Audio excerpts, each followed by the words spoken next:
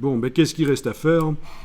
Enlever les couleurs sur les autres lettres. Ah oui, la palette des calques ne montre pas toujours les petites vignettes ici dans la palette des calques ne sont pas toujours à jour. C'est-à-dire que sur cette lettre E chez moi, celle-là, j'ai enlevé le contour orangé.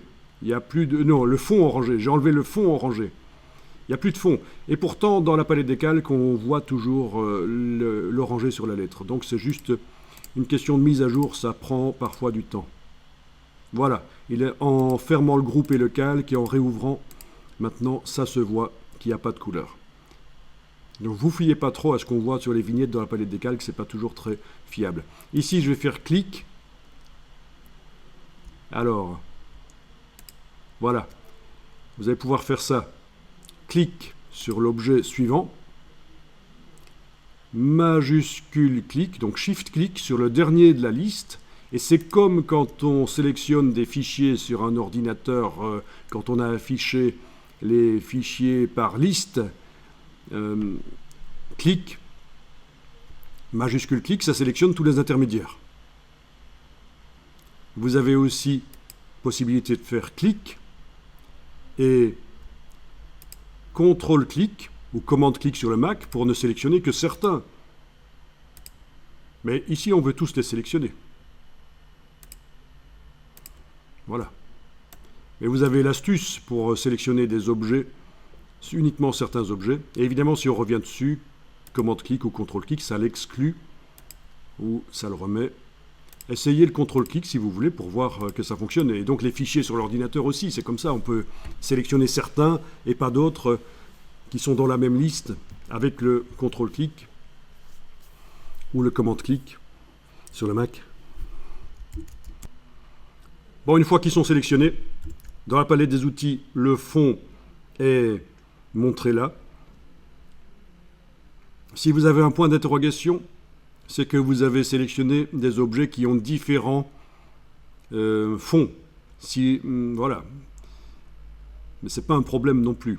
Je veux dire, quand un point d'interrogation apparaît dans la couleur ici de la palette des outils, ça veut dire que vous avez une sélection avec des fonds différents. Quoi qu'il en soit, le but ici est d'enlever le fond, diagonale. Et voilà. Et comme prévu, le dégradé est visible de gauche à droite sur l'objet. Parfait. J'enregistre.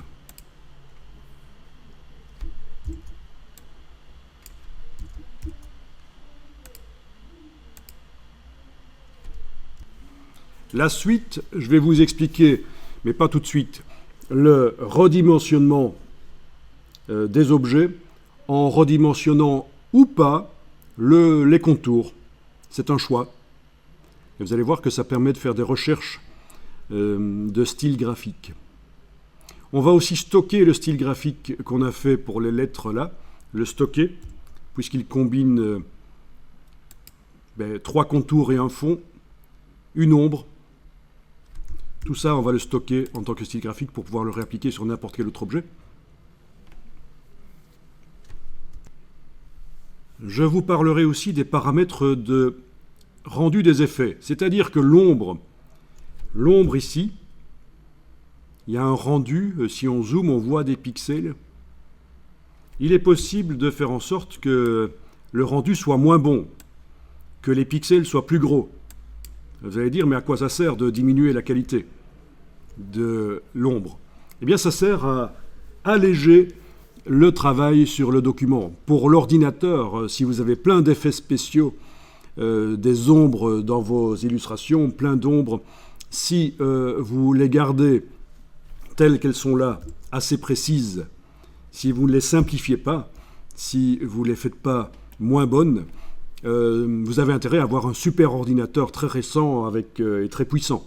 Mais voilà, ce n'est pas le cas de tout le monde, on a parfois un ordinateur qui n'est pas récent, et donc l'astuce, c'est de réduire la qualité des effets spéciaux, et à la fin, bien sûr, quand le travail est fini, on remonte la qualité des effets spéciaux et on exporte le fichier dans un PDF, on l'utilise ailleurs dans Photoshop, dans InDesign, ou on imprime au départ d'Illustrator, peu importe. Donc bien sûr, cette baisse de qualité des rendus, des ombres et de tous les effets spéciaux, elle n'est que temporaire le temps de travailler le fichier. Voilà 3 choses dont je parlerai.